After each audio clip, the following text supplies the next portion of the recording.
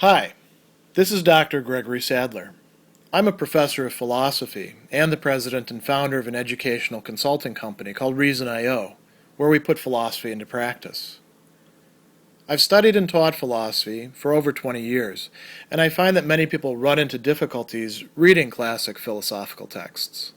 Sometimes it's the way things are said or how the text is structured. But the concepts themselves are not always that complicated, and that's where I come in. To help students and lifelong learners, I've been producing longer lecture videos and posting them to YouTube. Many viewers say they find them useful. What you're currently watching is part of a new series of shorter videos, each of them focused on one core concept from an important philosophical text. I hope you find it useful as well. In the last portion of part 4 of his Discourse on Method, Rene Descartes is going to examine this distinction between the thoughts that we have while we're awake and those that we have while we're sleeping, that is, in dreams. And he's going to tell us why it is that in general we can trust our waking thoughts. We can say that they actually do have more truth in them than the thoughts when we're dreaming. And this is a big achievement. This is an important part of the Cartesian master argument running both through the Discourse and through the Meditations on First Philosophy. It's actually explored a little bit more in detail about how we work with this criterion of clear and distinct ideas in the Meditations. But we're going to focus here just on what he has to say in the last part of this section. So, there are some previous concerns, and these come from the earlier part. What is it that we can doubt? Well, we can doubt the testimony of our senses. We can doubt whether we're getting mathematical or logical argumentation correct. Maybe we make mistakes in that.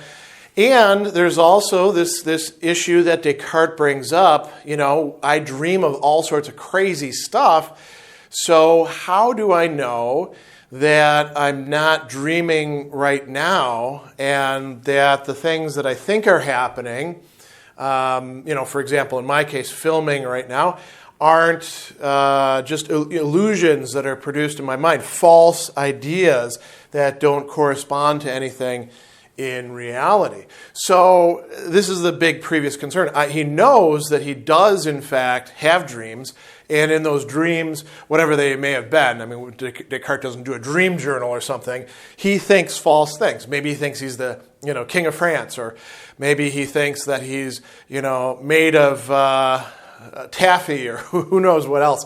But these things are false. So how can we trust our ideas? And we have this Cartesian argument that, runs throughout the entire part 4. He begins in doubt, and it's hyperbolic doubt. He's going to try to use it as a tool to doubt everything possible. He gets to the I exist. I am a thinking substance. I can doubt everything else, but I can't doubt my own existence, because in order to do that, I have to think, and there has to be something that's doing the thinking. And then he argues to God's existence and also the divine nature. And throughout this section, he has been using this criterion that whatever I conceive clearly and distinctly must be true. So I conceive clearly and distinctly that I think, therefore I exist. I also, conceive that my notion of God couldn't have just come from nowhere or from myself or something lesser than me. It has to come from something greater than me. All of that is making use of this criterion of clear and distinct conception of ideas. So it's not just that the ideas themselves are clear and distinct, it's also that my conception of them, the way in which they are being conceived or grasped, is clear and distinct. And this leads to what's often called the Cartesian Circle, because Descartes is going to argue based on God's existence and God's nature of being completely perfect, which means being completely good, that God would not create us in such a way as to sort of naturally be deceived all the time. He's giving us kind of a lifeline in this clear and distinct ideas. Whatever I conceive of clearly and distinctly, I can know to be true, because God would not have set things up in terms of my mind or the world in such a way that whatever I did conceive clearly and distinctly would not be true. So this is a problem that doesn't get explored very much in here, but it's called the Cartesian Circle.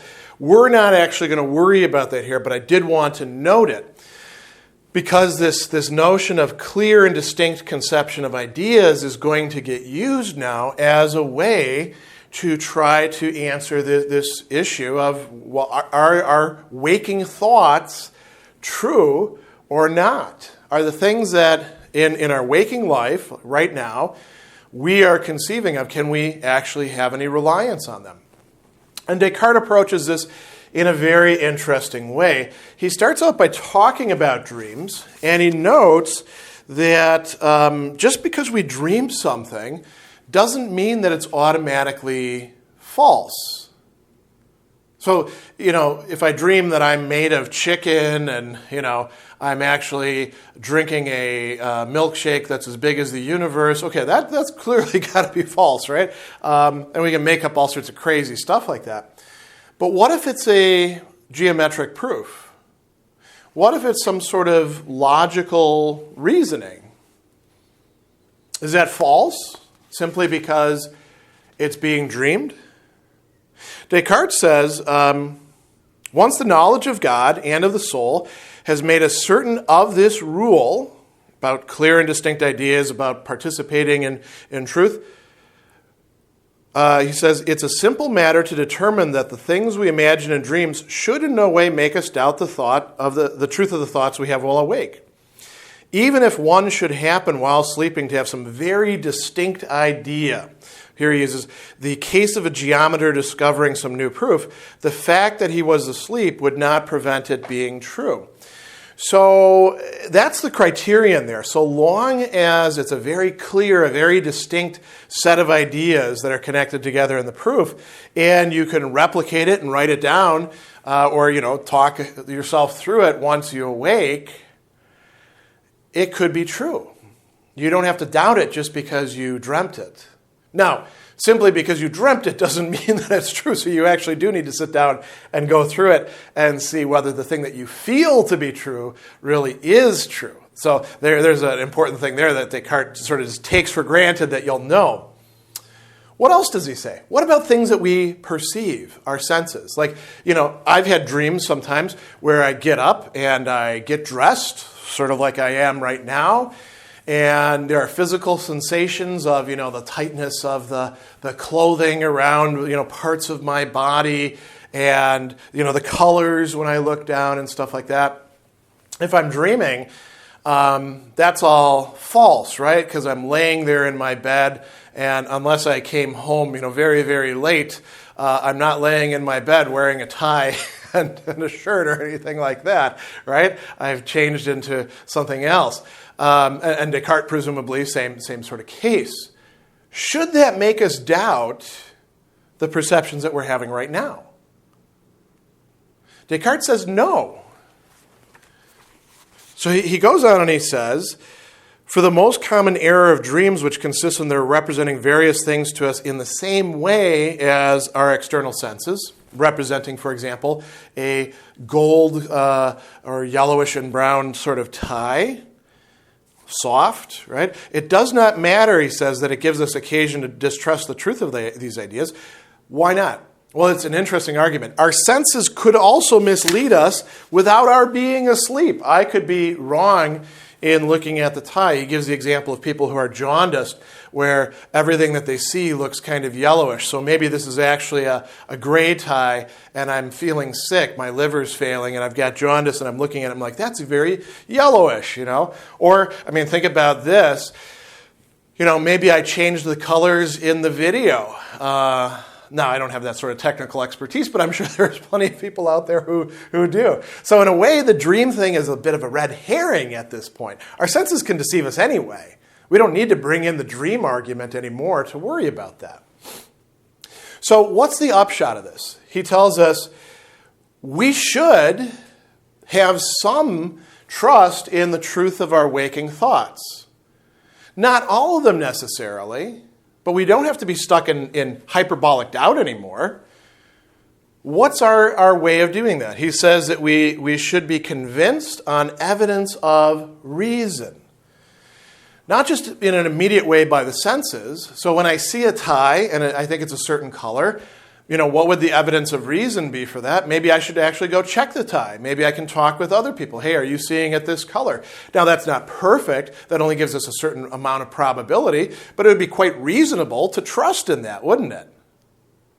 It would also be reasonable, when we put the stick into the water and it looks bent to us, for us to say, oh, I know how this works. It's not really bent. There's laws of refraction of light going on here. That's an explanation by reason as opposed to just relying on the senses. Right? Or imagination can often play a major role. As we know from all sorts of interesting studies, you can get people to see things that aren't actually there and to not see things that are there, or to see them in very different ways. So we want to trust reason rather than imagination or sense. And he says, I say our reason, not our imagination or our senses. And he gives the example of the sun. We see the sun very clearly. We should not, on that account, judge that it's only as large as we see it. Because if you're looking at the sun, it looks like it's about that big. It's awfully bright, right? But so don't stare at it too long. But it looks like it's pretty small. But we know, as he says, that it's actually quite large. And he says we can imagine, if we use the example of the imagination, the head of a lion grafted onto the body of a goat, but that doesn't mean that we have to assume that because we can imagine this, that there is a chimera, or that kind of creature, anywhere in the world. He says, reason does not dictate to us that what we see or imagine in this way is true. So what does reason tell us about things that could be true or could be false? He says, to begin with, all of our ideas have some sort of foundation in truth. Even the things that are false or imaginary, purely fictional, they have some basis in something that actually is true. I can be deceived, I can have all sorts of illusions, but they draw upon, you could say, a stock of things that at some time, somewhere, were actually true. Now, ferreting out what's true and what's false, that's a bit more difficult, and Descartes is not going to try to do that right now. The other thing that he's saying that's really important about this issue of the truth of waking thoughts is that our reasoning is more clear and complete while we are awake. So we can trust this criterion of clear and distinct conception of ideas more when we are awake than when we are asleep. Now, does that mean that everything that we do perceive while we're awake is automatically true, grasped clearly? No, not at all the case.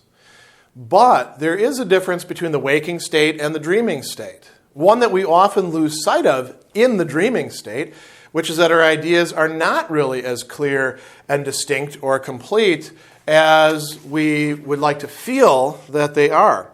So he tells us that our processes of reasoning are never so clear or complete when we're asleep as when we're awake. Although our imaginings in sleep are sometimes just as vivid and distinct, so reason tells us that as our thoughts cannot all be true because we're not wholly perfect, what truth there is in them must infallibly be found in those we have while awake rather than those which we have in our dreams. So where is Descartes ending with this? We can't trust everything of our ideas, our thoughts as true, but we can figure out that if there are going to be true thoughts, they're going to be waking thoughts. And at least some of them are going to be true. For example, I exist, right? That's a true thought. And he's going to extend from this outward into the entire realm of what comprise, as we now call them, the sciences. So there's a lot that we can actually trust as true in our waking thoughts, and all of them have some foundation, no matter how false they are, some foundation in truth.